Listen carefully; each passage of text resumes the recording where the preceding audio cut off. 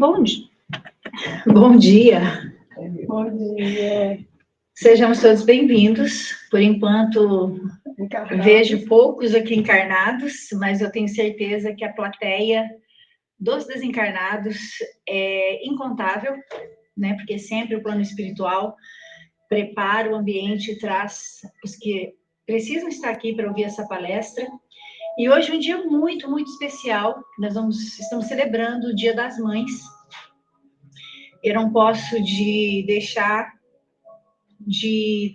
aqui o meu carinho, né? A minha gratidão enorme por todas aquelas que fizeram compromisso no plano espiritual de vir para a Terra e de ter essa missão tão linda, né? De ser mães. E agradecer a minha mãezinha, que é o amor da minha vida, que é uma luz na nossa família. Que Jesus continue abençoando ela nessa missão de mãe. E todas as mães do planeta Terra, que todas possam sentir a presença de Jesus, de Deus na vida de cada uma, fortalecendo e trazendo para cada uma aquilo que é necessário. Eu vou tentar fazer uma leitura. Eu estou sem óculos e não enxergo muito bem, mas eu vou tentar fazer uma leitura aqui, que estava escrito no resultado médico de quando eu fiquei sabendo que eu estava esperando minha filha, há 34 anos atrás. E diz assim: uma simples mulher existe que pela imensidão do seu amor tem um pouco de Deus. E pela constância de sua dedicação tem muito de anjo.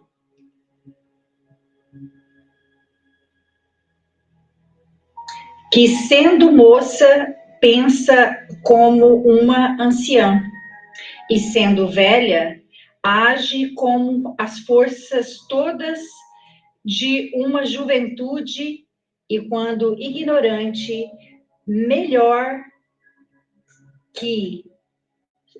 sabe melhor do que qualquer sábio, desvenda os segredos da vida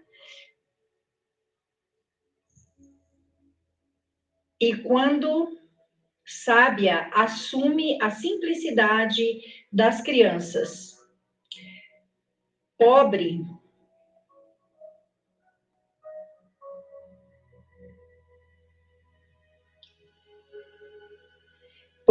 sabe enriquecer-se com a felicidade dos que amam e rica empresta para seu coração e não se empobrece. Pelos ingratos e sendo forte estremece o choro de uma criança, estremece como o choro de uma criança. Entretanto, se altera como uma bravura dos leões. Viva não lhe sabemos dar valor, porque a sua sombra todas as dores se apagam, e se a morte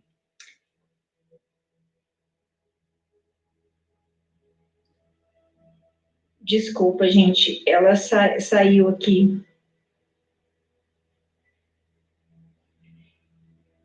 E quando morre, nós sentimos a falta de uma estrela. Quando cresce, seus filhos leiam essa página para que eles possam cobri-las de beijos na fronte. E possam lhe dizer com toda a verdade que ela é o verdadeiro anjo que Deus mandou para a terra para criá-los. Essa é a imagem de todas as mães.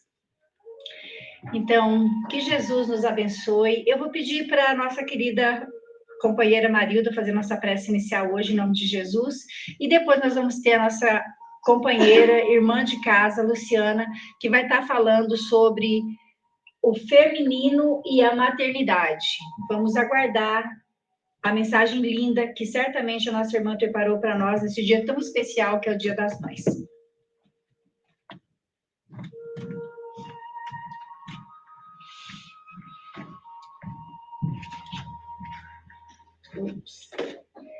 Bom dia a todos. Bom dia.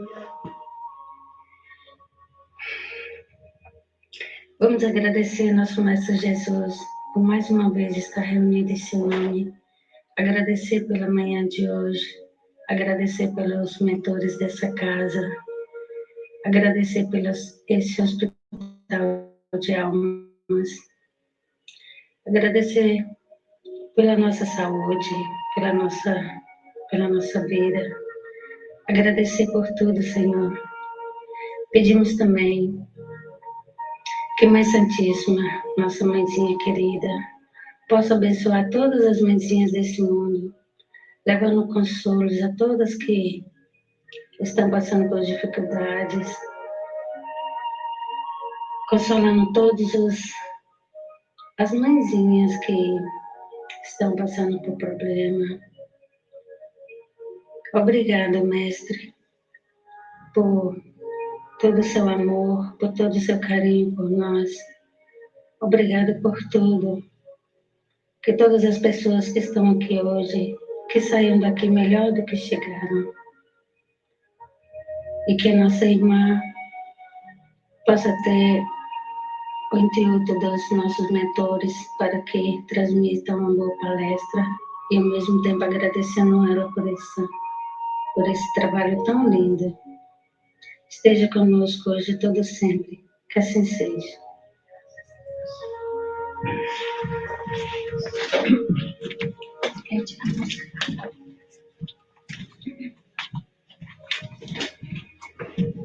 Bom dia, pessoal, aos encarnados e desencarnados presentes. Hoje é um dia de muita alegria, porque o mundo comemora o Dia das Mães.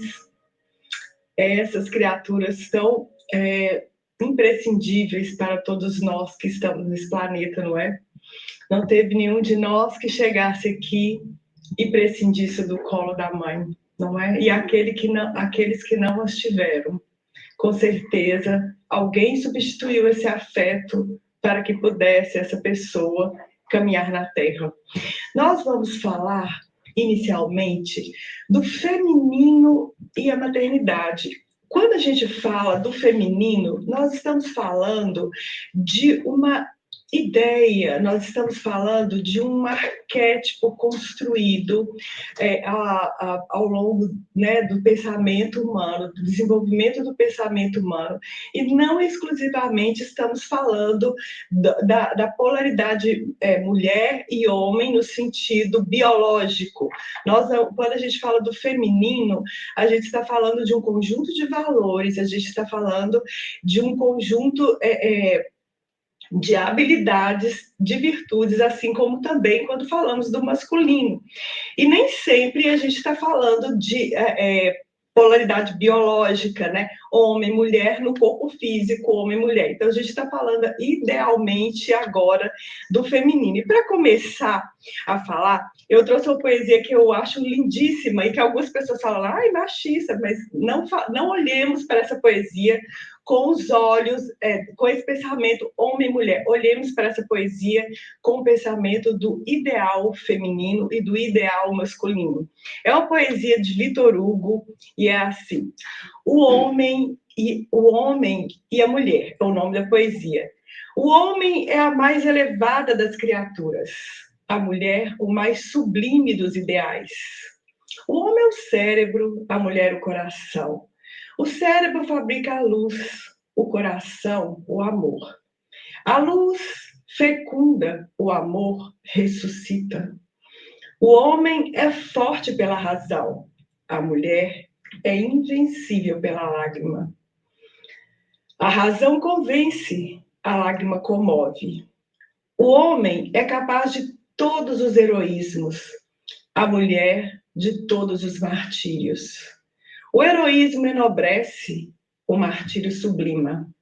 O homem é um código, a mulher é um evangelho. O código corrige, o Evangelho aperfeiçoa. O homem é um templo e a mulher é um sacrário. Ante o templo nos descobrimos, ante o sacrário nos ajoelhamos. O homem pensa, a mulher sonha.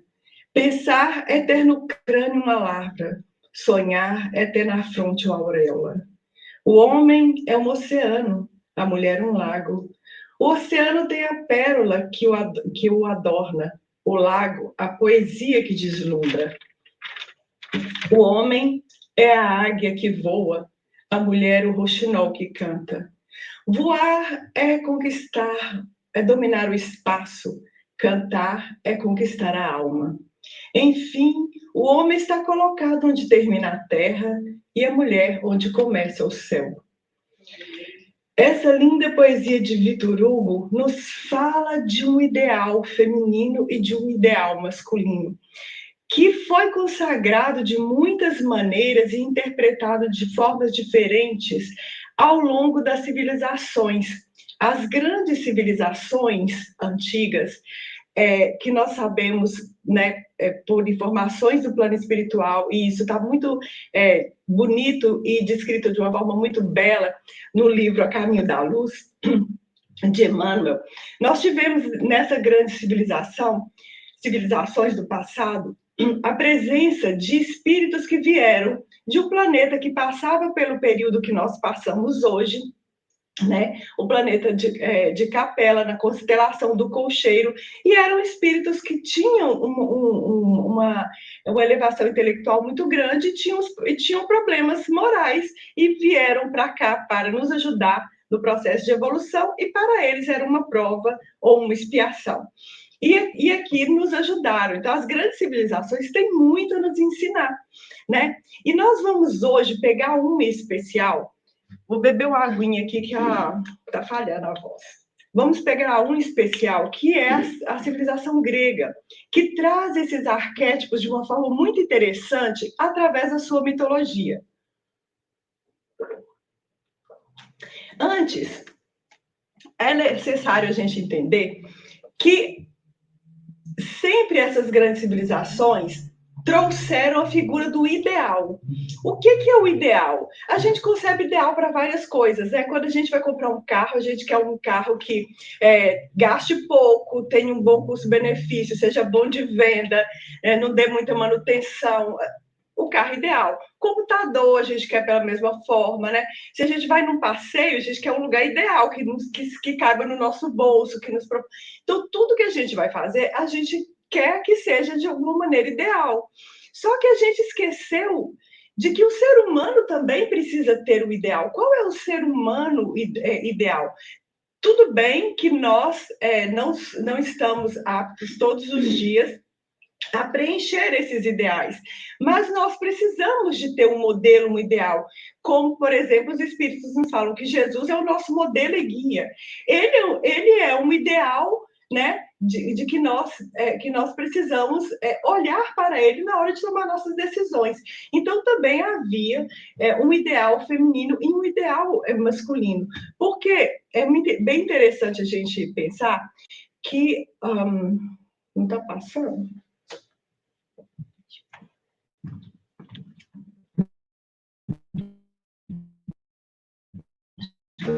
Que passar aqui. Isso. Obrigada, amor. Quando a gente vai analisar esses processos, a gente, na filosofia, nos fala, e também a doutrina espírita nos coloca isso, que na espiritualidade, no plano maior, né?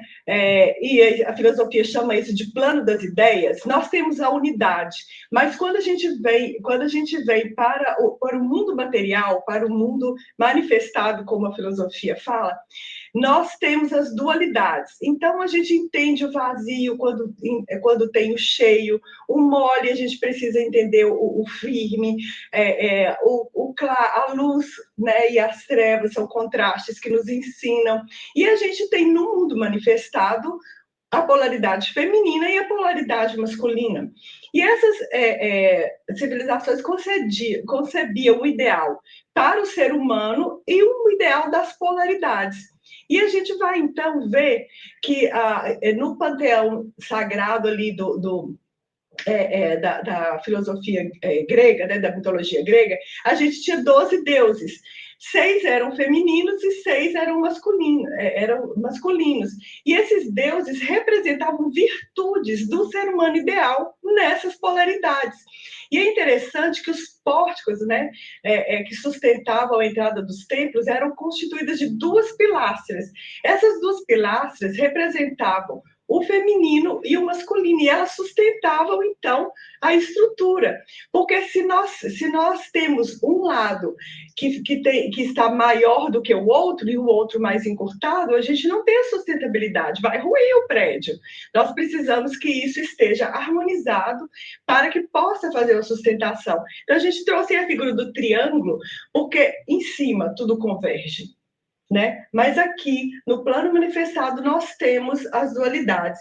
E na dualidade do feminino, nós vamos estudar a partir dessas 6 deusas, para a gente entender como que era colocado nessa civilização antiga, essa ideia das virtudes, né, do feminino, e a gente vai trazer, então, depois para o Espiritismo, para a gente ver como que isso converge para o pensamento atual, né? Então, nós temos aqui, essa é a deusa Atena. Ela é a deusa da sabedoria. Atena era filha de Meres e de Zeus. Meres é a prudência e Zeus é o poder. Então, a sabedoria é filha da prudência e do poder, né? E aí a gente vai ver que essa é tida como uma virtude feminina, né? Essa é a sabedoria, é o poder que sabe se manifestar no mundo com o menos ruído possível, com delicadeza. É o poder que sabe se manifestar sem machucar, sem derrubar o que está em volta. Não é um elefante numa loja de bebelô, né? É alguém que sabe trazer com carinho. Nada mais próximo do que a figura da mãe, né? Que quantas vezes esconde ali o que sabe, espera com paciência anos para que possa ali o filho ir caminhando e ter condição de chegar num ponto todo. Eu ouvi uma história bem interessante do Rossandro, que ele conta, eu não sei se vocês conhecem essa história, ele conta que em 1972, uma mulher com um filho muito doente, chegou para uma amiga, que essa amiga era rica, a mulher era uma mulher pobre, e ela chega para essa amiga falando: meu filho está muito doente, eu não sei o que fazer. Ela fala: olha, eu tenho um médico que tem um tratamento para o seu filho, só que é um tratamento muito caro, você não vai poder pagar. Ela falou: me empresta uma roupa sua, que eu vou levar meu filho no médico. Ela falou: olha lá, é caro, me empresta. Pegou a roupa, foi no médico, levou, começou o tratamento, só que falou com o médico: meu marido vai pagar, ele não está aqui, mas ele vai vir, vai pagar todas as contas. E aí, todo dia que tinha uma consulta ali, ela pegava a roupa emprestada, se arrumava muito bonita e levava o filho no médico. Quando o filho, depois de um tempo, estava curado, o médico falou: e agora a conta vai chegar, né? Ela falou: meu filho está curado? Está curado. Tem certeza? Tem. Então pode mandar me prender, porque eu não tenho dinheiro para pagar a conta.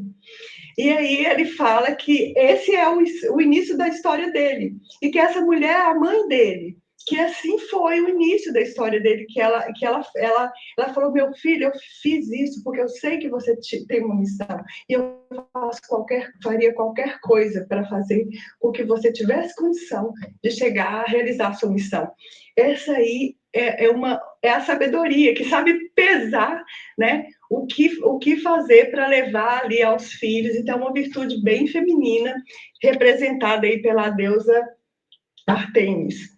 A próxima é a deusa Afrodite. Não, gente, eu pulei alguma, porque a próxima não seria Afrodite. Não, Afrodite mesmo, que está aqui na sequência. É a deusa Afrodite. A deusa Afrodite, todo mundo conhece, é a deusa do amor e da beleza. Ela não é filha de Zeus ou de Cronos, que são os deuses que normalmente eram pais no Olimpo, né? Ela é filha de Urano, ele é um Deus que é antecessor. Na época de Uranus não existia dualidade, existia o céu estrelado e ele era o único Deus do Olimpo. Então, ele era o início de tudo. Então, ela é filha da unidade, ela é filha do início, ela é anterior à dualidade. Então, o que acontece? Urano, ele na batalha em que ele é vencido, né, a pessoa que está lutando com ele, o Deus que está lutando, que o vence, corta a genitália dele e essa genitália cai no mar. Quando ela cai no mar, ele não afunda, ela bole, vira espuma e daí nasce, então, essa figura lindíssima que a gente está vendo, que é o nascimento da Afrodite. Então, a Afrodite, ela vem ao mundo para trazer de novo a unidade na dualidade, para unir o que está separado. Por isso ela é a deusa do amor e da beleza. E aí a gente vai buscar esse valor no feminino. E a gente vai ver a mulher sempre buscando fazer esse trabalho de unir, de convergir, né? A gente vê, às vezes, famílias, quando a matriarca parte mais cedo, às vezes as famílias se dispersam e as pessoas não se encontram, ou se encontram esporadicamente, mas convivem pouco. Mas quando a matriarca fica, a família continua coesa. E é aniversário, é dia das mães, é almoço de domingo, todo mundo tá lá, nem que seja para brigar, mas junta para ver a mãe, vai na casa da mãe. E se é no Brasil, se não visitar a mãe, a gente sabe que tem problema, né? Então tá lá no domingo, nem que seja para brigar, mas tá junto. E a mãe tem esse poder de coesão, de beleza, de ir ali, mesmo ali na cama, na cadeira de rodas, ou no sofá da poltroninha dela, e fazer com que aquelas pessoas estejam ali juntas, coesas e caminhando junto, né? Então a gente vê essa virtude aí do feminino, né? Agora nós temos Artemis, que é a deusa da caça, da pureza. Ela é protetora da vida. Ela é irmã gêmea de Apolo, né? Para você ver que tem sempre a dualidade, a gente não vai falar aqui hoje do masculino, né? Mas sempre tem uma virtude correspondente no masculino, né? Ela nasce da deusa Letona, que é a deusa da modéstia, do recato, da humildade, com Zeus, que é o deus do poder. Então, ela é filha do poder com humildade. O poder, quando passa pela humildade, ele não se corrompe. Ele sabe chegar onde ele precisa. Ele chega com pulso, com firmeza, mas ele chega com delicadeza. Então, essa deusa Artemis, atribuída aí à virtude feminina, do feminino, ela é essa deusa da delicadeza e do poder, né? A mulher que tem esse poder de corrigir, de colocar tudo no eixo com firmeza, né? Aí da gente se não ouvir, né? Mas com delicadeza. Então, esse também é uma virtude do feminino. Temos aí a Deméter, né? Deméter é filha de Cromos com Reia. O nome Reia significa fruir, Cromos é o deus do tempo, né? Deméter, que é a deusa mãe da colheita, da agricultura, da generosidade, daquilo que como é que é? Daquilo da vida, ela é filha do fruir através do tempo. Aquela que ajuda os seres que se comprometerem com o sentido da vida. Muito interessante essa deusa, né? Ligada aí ao feminino. Ela cuida do fruir através do tempo. E é muito interessante que é aquela que ajuda as pessoas a crescerem espiritualmente. Porque se você encontra uma pessoa, pegou aquela fotografia, ela tem ali um conjunto de virtudes, mas tem um conjunto de defeitos, de pensamento. 10 anos se passaram. Você encontra aquela pessoa, ela vai estar 10 anos mais velha. Mas se ela não mudou nada, se ela não cresceu nada, ela não fluiu através do tempo. Ela teve um tempo de relógio, mas ela não teve um tempo real de crescimento. Então, essa deusa, ela ajuda as pessoas a se comprometerem, né, a fluir através do tempo. Eu vou ver se eu aumento aqui para eu conseguir ler daqui, porque eu estou sem óculos também, como minha amiga. Não aumenta. Não aumenta. Então, nós vamos ficar nesse mesmo jeito. Então, ela é filha desse fluir através do tempo, né? É muito interessante essa deusa que ela vai também trazer a generosidade, ela vai cuidar do pequeno espaço, ela vai cuidar do alimentar, do dar vida, ela é a deusa da generosidade, ligada aí ao feminino, a esses valores que as mulheres são chamadas a preservar na família, né? Então, a gente vai estar fazendo essa conexão. Temos também a deusa Hera. Vamos ver se eu consigo ler daqui. Não, é impossível para mim, que eu não enxergo. Hera é a senhora... Aqui, é a senhora dos pactos, do compromisso, deusa do casamento, da família, da maternidade. Ela tem a mesma filiação de Deméter, da anterior, que é de Cromos Correia, né? Que é de fluir através do tempo. Mas agora ela dá outra ferramenta, a capacidade de se comprometer com coisas elevadas. Eu obedeço aquilo com que eu me comprometi, com os pactos e os protocolos da vida. Todos os heróis são filhos de Hera. Gente, o herói é aquele que se comprometeu com os pactos da vida, né? Então é muito interessante isso, porque ninguém consegue se comprometer com a maternidade se não se comprometer com o tempo, com a vida, né? O compromisso com a maternidade, ele é um compromisso que só tem início, né? E garantia alguma, não tem manual de instrução, a gente recebe aquele bebê e a gente no início não sabe nem como fazer para que ele amamente, e ele vai crescendo e vão se multiplicando os desafios, cada vez aí tem aquela história lá no Brasil do filho criado, trabalho dobrado, né? Porque o filho fica adulto e mesmo assim você tá ali, o que você, como minha mãe fala, ela fala, olha, minha filha, hoje o que eu posso fazer é rezar. Eu falei, graças a Deus, mãe, continua rezando, porque a mãe, nem que seja na intercessão divina, ela está ali ainda conduzindo. Então, esse é um valor feminino, de se comprometer com o que é real. E é muito interessante que os protocolos da vida são os protocolos de virtude, de sabedoria, o que faz a vida valer a pena, que faz a vida ser grande. Então, por exemplo, se eu estou comprometida com o valor da honestidade, eu posso ter 1000 oportunidades de ser corrupta, mas eu estou comprometida, então eu vou ser tirada daquela situação porque eu me comprometi com esse pacto da vida de ser honesta, né? É um compromisso primeiramente conosco mesmos e depois com a vida, né? Então ela traz para o feminino essa capacidade de se comprometer com os valores da vida. Vamos passar.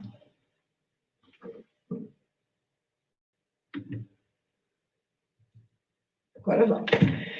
Essa é muito interessante também. Estia, que para os romanos é Vesta, que são divindades que são veneradas como protetora dos lares e da cidade. No centro de Roma tinha um templo das Vestais, onde eles velavam pelo fogo que era a identidade de Roma. Vesta, a lareira, ela vem desse costume, né? Lareira, de ter um fogo, que esse fogo significaria o sagrado, o que é a essência daquele lar. E a mulher, ela é chamada a cuidar do fogo sagrado da família, né? Ela é chamada a cultivar aquele fogo sagrado. Em Roma existia no centro dos lares, né, esse fogo que não podia se apagar, que era o fogo de Vesta, e também o fogo da cidade, que era a identidade de Roma. E existe um caso bem interessante de um exército romano, o comandante, eles estão numa guerra, e eles estavam lutando contra um povo que era muito rico, e os soldados, às vezes, eles iam cheios de ouro, né? Carregados armaduras de ouro, e aí era uma regra não saquear né, o corpo, porque quando o corpo tomba, ele não é mais inimigo, ele é um corpo. Então, não saquear os cadáveres era um compromisso dos soldados. E aí, esse comandante, muito importante, viu lá tombando um outro general do outro exército, muito rico, muito cheio de ouro, ele não deu conta, pegou ali umas coisinhas para ele. E o comandante, então, ficou sabendo. Eles estavam em desvantagem, estavam perdendo a guerra, ele era um comandante muito importante, mas ele parou a guerra, estabeleceu um tribunal para que ele fosse julgado, e ele foi julgado, foi executado, porque ele havia não respeitado esse valor romano, que era de não saquear os cadáveres. E aí ele falou, mas como que você faz isso? A gente está em desvantagem, a gente vai perder a guerra. Ele fala, eu prefiro perder a guerra do que perder os valores romanos. Porque se eu perder os valores, eu não sei por que eu estou lutando. E muitas vezes, quando a gente não cuida desse fogo, a gente esquece por que a gente está lutando. E muitas famílias, às vezes, se desfazem porque a gente esqueceu pelo que a gente está lutando, né? Pelo que a gente está cuidando daquela família.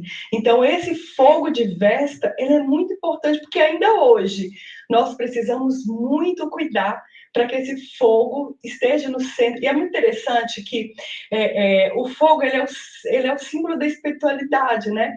Tudo que vem da água, ele fala da horizontalidade. Se a gente pôr água numa vasilha, a gente pode virar ela de todo jeito, que ela vai ficar no horizontal, né? Você pode fazer isso, aquilo, e mudar de recipiente, ela vai estar sempre ali buscando o nivelamento horizontal.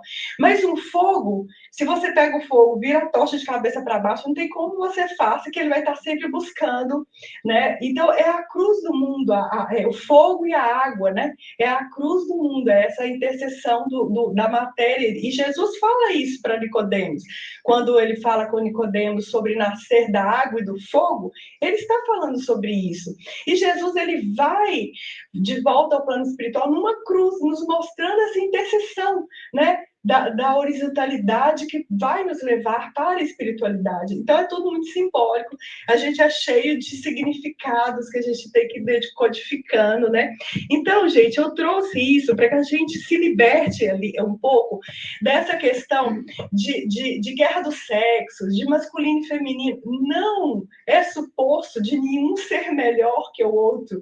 É suposto de nós sermos complementares, né? Se a gente lembrar o yin e o yang, o yin o feminino e o yang o masculino, o ciclo só vai girar, né? Só vai haver giro se houver uma exata complementariedade, né? Então, a gente é chamado a essa complementariedade. E aí, por isso é importante. Por que a gente pode dizer que hoje o mundo é machista? Porque nós damos mais valores aos valores da masculinidade, que são os valores de expansão, de sobressair, e o valor de cuidar do pequeno, de cuidar do fogo de Vesta. Esses valores, às vezes, são menosprezados no mundo atual.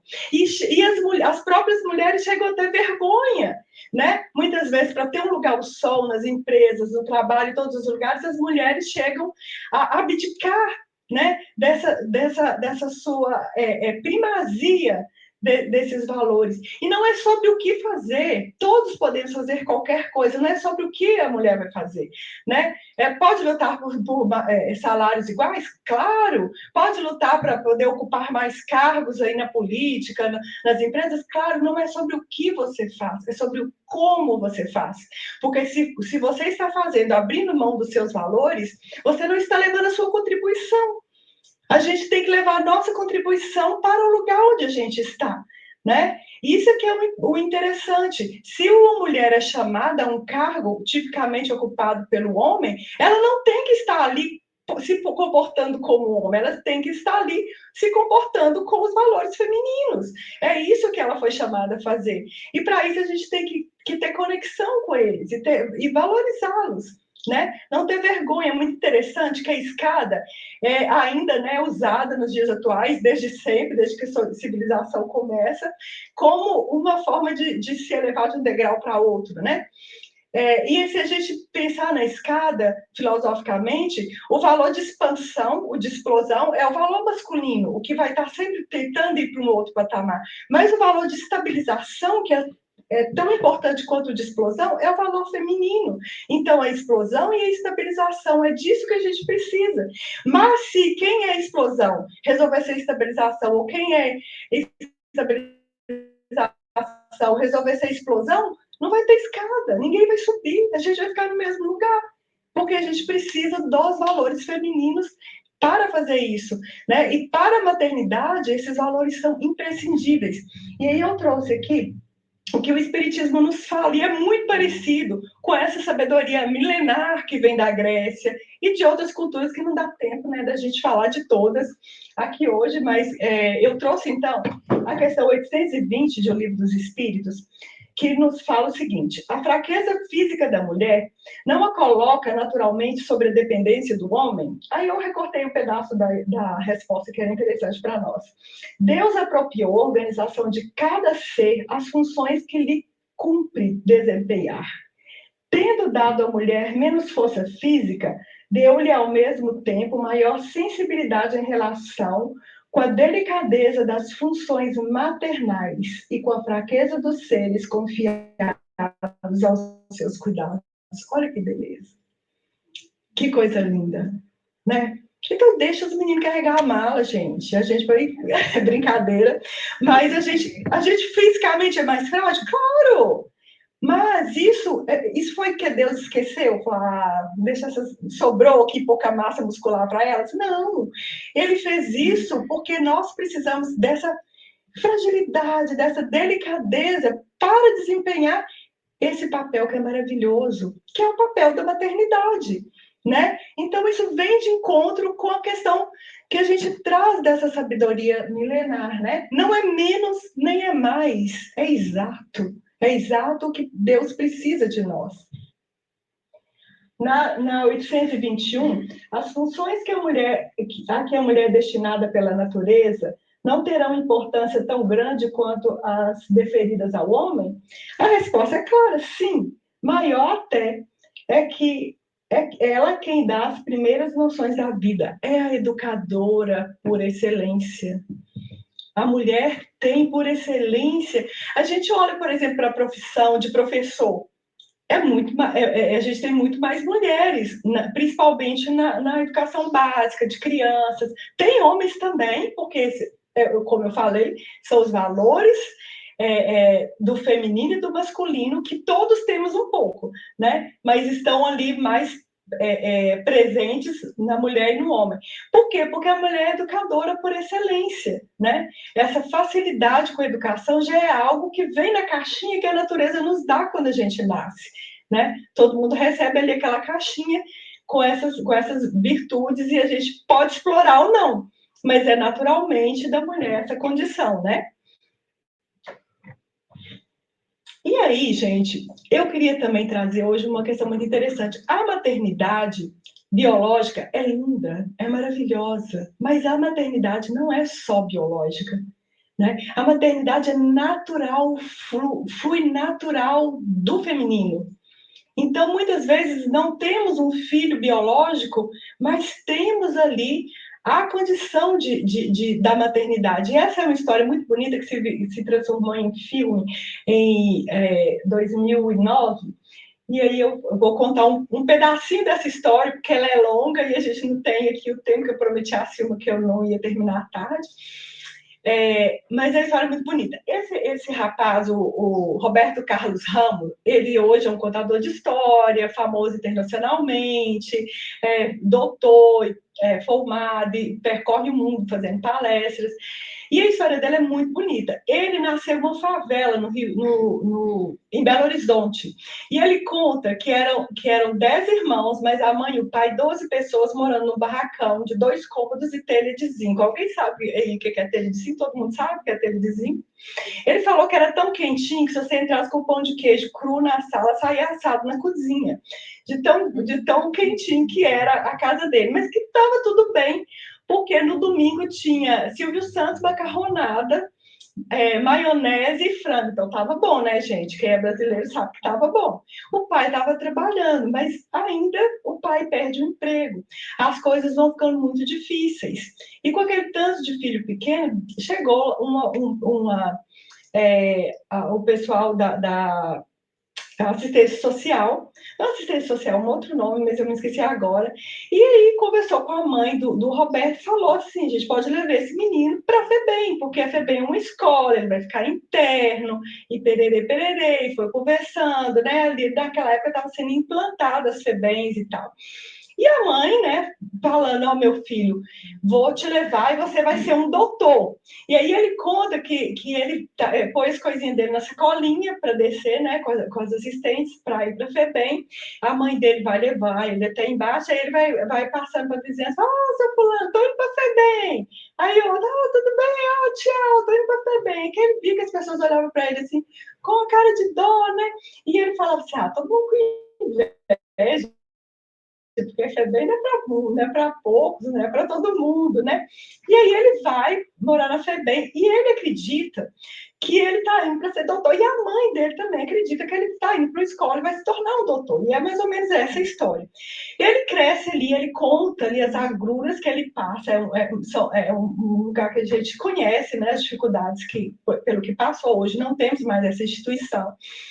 Mas então ele vai contando que com 9 anos, ele já tinha fugido 50 vezes da FEBEM. E começou a viver na rua mesmo, né? E ali na rua foi se envolvendo com as questões, né, de pequenos furtos e tal. E assim, era muito insólita a vida dele ali dentro da FEBEM, porque existiam as gangues que se formavam ali dentro, era muito sofrido. Aí ele conta que quando ele chegou com 13 anos de idade, ele começou a querer fazer parte da gangue dos grandões, né, dos de 16, 17, que ele queria ser promovido. E eram muitas brigas, e nessa época ele já tinha fugido mais de 100 vezes da FEBEM. Fugia, a polícia pegava, levava de volta, era essa vida, né? E aí os meninos falaram, você quer entrar para o nosso grupo? Tem uma prova, né? Tem digamos, ritual de entrada, né? E aí ele queria, né? Mas não sabia muito bem o que estava acontecendo. E aí foi um dia, chamaram ele debaixo de uma ponte e falaram, essa noite você vai, né? Vocês, a esposa de todo mundo. Ele falou, não, isso não. Aí resolveram bater nele, porque ele não aceitou. Mas disseram que bateram tanto, mas que bateram tanto, que já começaram dando um chute que cortou a sobrancelha dele. E ele falou que aquele dia, ele ficou ali caído nos trilhos da rede ferroviária federal, numa situação tão difícil, que ele falou assim, eu quero morrer.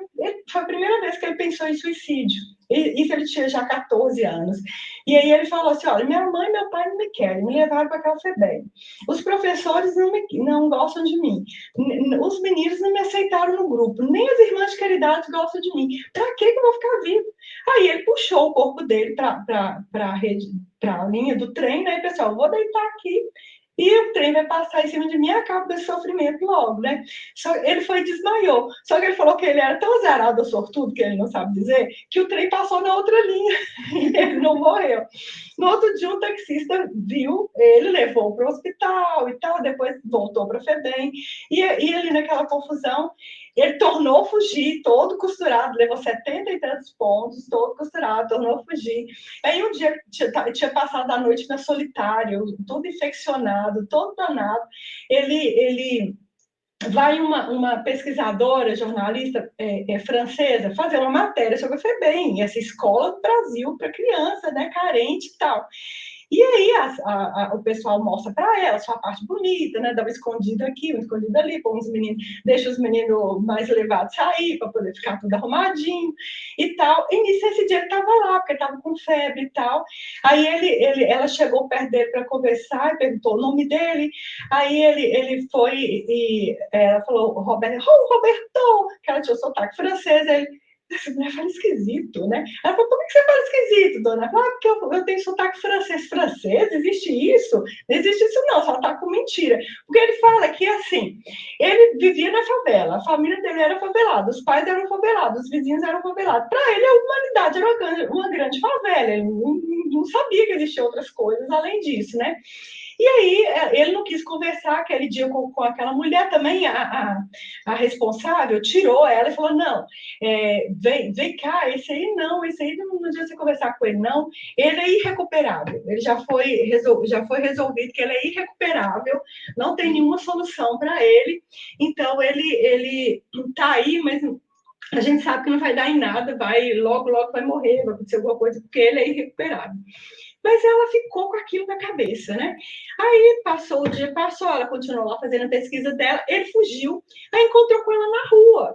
Ela veio e falou, Robertão, lembra aquele dia, eu queria conversar com você, porque é tão bom, por que você foge da FEBEM, um lugar tão bom? É bom? Te mostraram a celinha? Que celinha? A celinha solitária que eles colocam a gente, e começou a abrir o bico. Aí ela achou aquilo interessante. Quando ele terminou de contar, ele conta que ela chorava. E ela falou com ele assim, eu poderia ir para casa hoje e fazer de conta que você não é da minha conta e que eu não ouvi sua história, mas eu não posso, eu tenho que fazer alguma coisa por você. E aí ela vai e convida ele para ir para a casa dela, para poder fazer uma entrevista que ela queria levar, né, para a faculdade dela, uma entrevista que ela teria feito com ele. Ele falou assim, eu vou roubar tudo dessa dona, vou chegar com os bolsos cheios, né? E aí ele passa essa semana lá com ela, né? E no final dessa semana, ela resolve adotá-lo, né? E aí ele fala, adotar, mas ele conta que ele faz tudo para ver se ela desistia, porque chega um ponto que o ser humano está tão descrente, que se alguém joga, ele faz tudo para poder provar que aquilo ali não é real, que ele não está tendo aquela chance, né? Ele diz que ela ensinava ele a andar com o livro, porque lá na FEBEM ensinava eles olharem para o chão o tempo todo. E ela ensinou ele a andar com o livro na cabeça para olhar para cima, né? Para olhar nos olhos das pessoas. E ela ensinou ele a comer à mesa. E ele que era analfabeto, em 3 meses aprendeu a ler e escrever em francês primeiro e depois em português. Ele fala fluentemente francês, fala várias línguas. Ele era muito inteligente.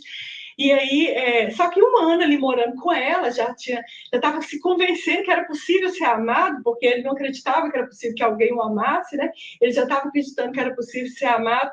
E aí o visto dela estava expirando. Ela ia ter que voltar. Ela falou com ele assim, Roberto, meu visto está expirando, eu vou ter que voltar para a França.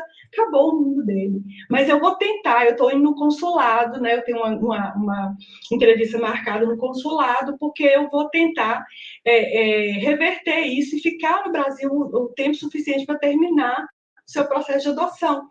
Mas aí ele não se convenceu, ele falou, sabia, tá muito bom para ser verdade. Ela vai embora, eu vou ficar aqui, acabou tudo, vou voltar para a rua. E aí ele disse que ele era uma dor, um sofrimento tão grande, mas ele não sabia nem chorar. E aí ela saiu para essa entrevista lá no consulado, ele ficou em casa, e aí ela ia fazer outras coisas à noite, era à noite, ele resolveu acabar com aquela história. Foi lá no banheiro dela, abriu a banheira e resolveu inundar a casa inteira. Entrou para o quarto dele, sentou na cama e ficou lá esperando só a hora do golpe final. Aí diz que ela entrou, quando ela abriu a porta que ela pisou, ela falou, meu Deus, o que aconteceu? Em francês, não vou arriscar. E aí ele foi e falou assim, não, agora vai vir aqui, vai me matar. Aí ela foi lá em cima, fechou a banheira, tudo aí, vai passar na cozinha, pegar uma faca primeiro, para depois vir me matar, né? Aí ele ficou lá no quarto esperando, né? E ele pensou que ela ia chegar arrombando a porta, gritando, né? Ela chegou, Roberto, ele disse, você está acordado? Aí ele, tô. Posso entrar para conversar com você? Pode. Aí ela entrou. Aí ele falou que ele jura que ele viu a ponta da faca, que ela estava com as mãos atrás das costas, que ele jura que ele viu a ponta da faca. Mas aí ela foi e falou assim, você por um acaso esqueceu de fechar a torneira do banheiro?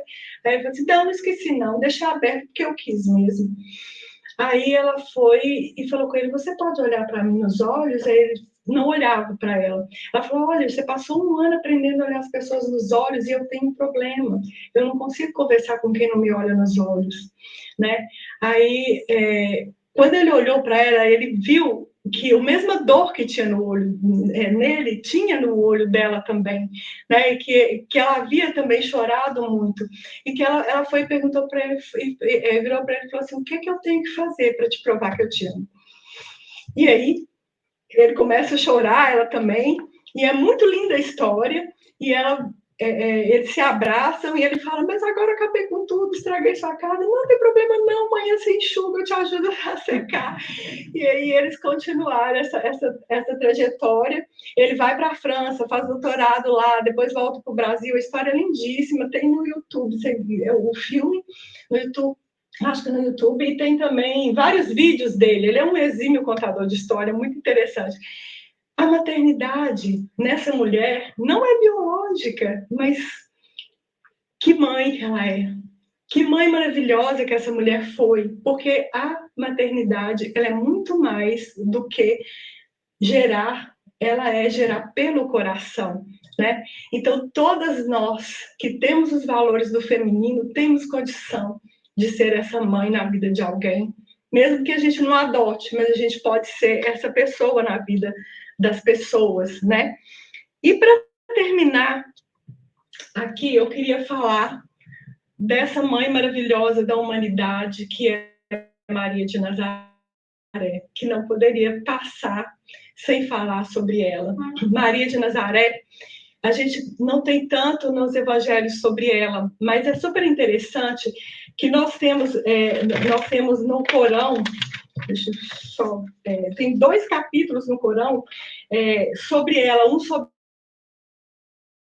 sobre Miriam, que é Maria, e um sobre o pai dela, né? E também tem o Evangelho Apócrifo de Tiago, que fala sobre a infância de Maria. Então, nas fontes que nós temos sobre a infância de Maria, dá conta de que ela era uma mulher muito especial. O Corão diz que ela foi a mais perfeita mulher que já havia encarnado. Então, ela era uma menina que desde pequena, né? O nascimento dela foi assinalado por todos aqueles sinais. A mãe dela já era idosa, idosa para a época dela, né, gente? Teve uma filha já na velhice, eles não acreditavam que iriam ter filhos, e aí veio Maria, e a história dela é lindíssima. E quando ela engravida de Maria, ela promete que vai levar a Maria para ser uma criança do templo. Ela é criada dentro do templo e é confiada aos cuidados de Zacarias, que era um grande não era profeta, ele era um grande professor ali do templo, né? E ela é cuidada por ele, que ensina para ela toda a lei de Moisés. E dizem que muitos eles não chamam de milagres, eles chamam de... Eu me esqueci o nome agora. Aconteciam na presença dela muitas curas, muitas coisas importantes aconteciam quando Maria estava presente. E é muito narrado essa beleza, né? Essa forma especial com que Maria encarnava todas essas virtudes que a gente trouxe hoje, da sabedoria. E ela cresce nesse ambiente. Ela cresce nesse ambiente que é um ambiente religioso e muito de muita fé em Deus, né? E Maria, quando ela chega à idade de sair do templo, ela já é órfã, porque os pais dela já haviam desencarnado. Então, ela passaria aos cuidados de um tutor que seria o marido. Então, José, que já era um homem mais velho, ele é escolhido para ser esse marido, essa pessoa que cuidaria de Maria tão virtuosa. E aí a gente sabe que ela é a escolhida para ser a mãe de Jesus. E Maria, ela não era, como muitos pensam, aquela pessoa que não sabia o que estava acontecendo. Gente, ninguém vai da manjedoura ao Calvário sem saber por quê.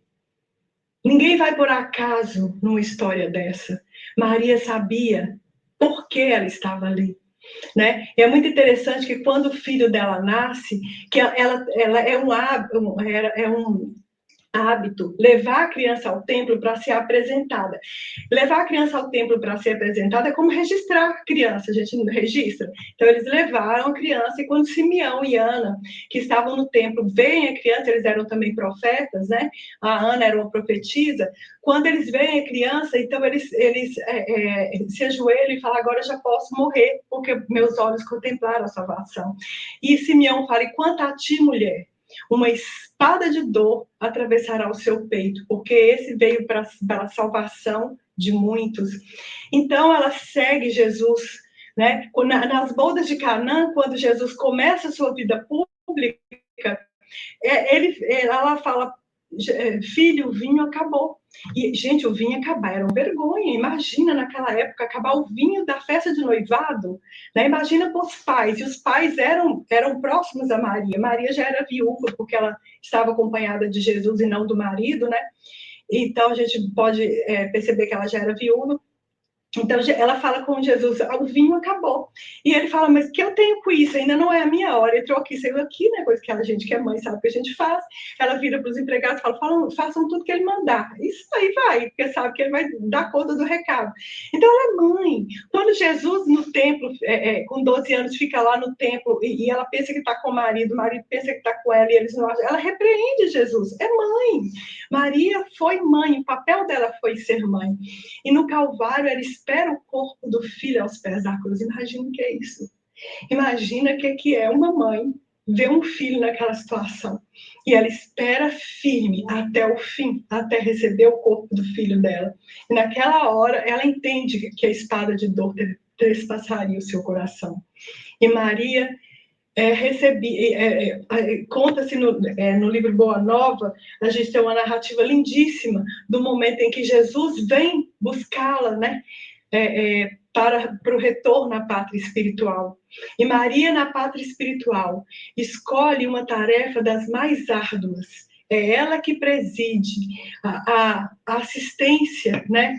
E o amparo a todos os espíritos que retornam da terra através do suicídio, que é uma opção tão dolorosa. E Maria de Nazaré, então, faz esse trabalho maravilhoso.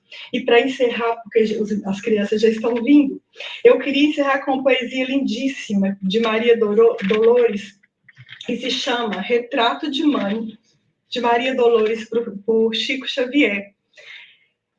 Essa poesia vai falar de Judas, e ela é linda e emocionante. Retrato de Mãe, Maria Dolores, Chico Xavier. Depois de muito tempo sobre os quadros sombrios do Calvário, Judas, um cego no além, errava solitário. Era triste a paisagem, o céu era nevoento, cansado de remorso e sentimento, sentara-se a chorar. Nisso, nobre mulher de planos superiores, nimbada de celestes esplendores que ele não conseguia divisar, chega e afaga a cabeça do infeliz. Em seguida, num tom de carinho profundo, quase em oração, ela lhe diz: meu filho, por que choras? Acaso não sabeis? Repela o interpelado claramente agressivo. Matei-me novamente, estou vivo. Matei-me novamente, estou de pé, sem consolo, sem lar, sem amor e sem fé. Nunca ouvistes falar de Judas, o traidor? Fui eu que aniquilei a vida do Senhor. A princípio, julguei fazê-lo rei, mas apenas lhe impus sacrifício, martírio, sangue e cruz. E em martírio e aflição, eis a que minha vida agora se reduz. Afastai-vos de mim, deixai-me padecer nesse inferno sem fim. Nada me pergunteis. Retirai-vos, Senhora. Nada sabeis da mágoa que me agita. Nunca penetrareis a minha dor infinita. O assunto que lastimo é unicamente meu. No entanto, a dama calma respondeu: meu filho, sei que sofres, sei que lutas. Sei a dor que te causa o remorso que escutas. Venho apenas falar-te que Deus é amor em toda parte. A bondade de Deus jamais condena. Venho por ti como mãe, buscando um filho amado. Sofre com paciência a dor e a prova. Terás em breve uma existência nova. Não se sinta sozinho ou desprezado. Judas interrompeu-a e bradou rude pasmo. Mãe, não me venhas aqui com mentira e sarcasmo, depois de me enforcar no galho de figueira, para acordar na dor, sem mais poder fugir à vida verdadeira. Fui buscar consolo e proteção e força de viver aos pés da pobre mãe que me forjara o ser. Ela me viu chorando, escutou meus lamentos, mas teve medo dos meus sofrimentos. Expulsou-me a esconjuros, chamou-me monstro por sinal, disse que eu era apenas um espírito do mal, intimou-me a terrível retrocesso, mandando que eu apressasse o meu regresso para as zonas infernais, de onde por certo eu vinha. Ah, eu detesto me lembrar da horrível mãe que tinha. Não me faleis de mãe, não me faleis de amor, sou apenas um monstro sofredor. Ainda assim, disse a dama docemente, por mais me recuse, não me altero. Amo-te, filho, amo-te, quero ver-te de novo a vida maravilhosamente revestida de paz, de luz, de fé e elevação. Virás comigo à terra, perderás pouco a pouco o ânimo violento, terás o coração nas águas de bendito esquecimento, uma existência nova de esperança. Levar-te-ei comigo a remansoso abrigo, dar-te-ei outra mãe, descansa, pensa. E Judas, nesse instante, como se olvidasse a sua dor gigante, ou como o pé se desgarra de um pesadelo atroz, pergunta-lhe, quem sois vós, que me falais assim, sabendo-me um traidor? Sois divina mulher irradiando amor, ou sois um anjo celestial de quem presinto a luz? Mas ela, a fitá-lo frente a frente, respondeu simplesmente, meu filho, eu sou Maria, a mãe de Jesus. Que Maria de Nazaré, na profundidade e beleza do seu amor, possa visitar todas as mães, todas as mulheres nesse mundo tão necessitado de paz e amor nesse dia. Muito obrigada.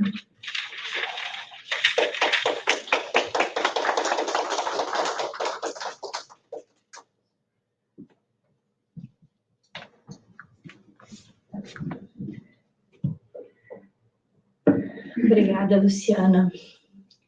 Alguém tem algum comentário? O filho ligando agora. O filho ligando agora, isso é normal. Eu não peguei o telefone. Não tem problema. Hoje é dia dos filhos chamar a gente mesmo. Mas então, gente, vamos agradecer imensamente a Luciana pelo estudo, né? Tão maravilhoso. Mais uma vez, deixar o nosso carinho a todos que estão aqui, os encarnados, os desencarnados, que também têm mãe, né? A gratidão enorme por todas que vieram para a Terra com essa missão belíssima, né? De ser mãe. E os homens que me perdoem, mas sem mãe não tem homem, né? Como disse, sem mãe não tem jeito. Qualquer mãe também. Mas tem, e bem lembrado, Múcio, que quantos pais que são pais e mães, que cuidam dos filhos, que as mães desencarnam. Então, para esses pais e mães também, a nossa gratidão, o nosso carinho, e que Mãe Maria, que Jesus, né, possa derramar bênçãos sobre cada um que cumpre essa missão na Terra. Hoje a gente pede licença para fazer essa homenagem especial para as mães e para os pais que são mães. Mas para os homens também merece, porque todo homem tem uma mãe. É claro, também, mas com certeza. Olha, eu tenho uma mãezinha querida. Hoje é a mamãe, Júlia dos pais. Pois é. Nós vamos ter agora, para finalizar a nossa comemoração de hoje, uma apresentação com os jovens e com as crianças. A Silma vai entrar aqui com as crianças e os jovens agora. E nós não vamos ter o passe hoje, o passe vai ser coletivo. Durante a música das crianças, todos nós vamos estar recebendo os fluidos, né, de bênçãos, de luz, que vão ser derramados, que já estão sendo derramados nesse ambiente. E que todos tenhamos, então, um dia muito feliz, muito abençoado. Quem tem mãe longe, se não ligou ainda, liga, diz que ama. Se estiver por perto, abraça. Aproveita muito esse anjo que Deus nos enviou aqui para a Terra, chamado mãe. E agora, Cacilma, então, a gente vai esperar entrar com as crianças.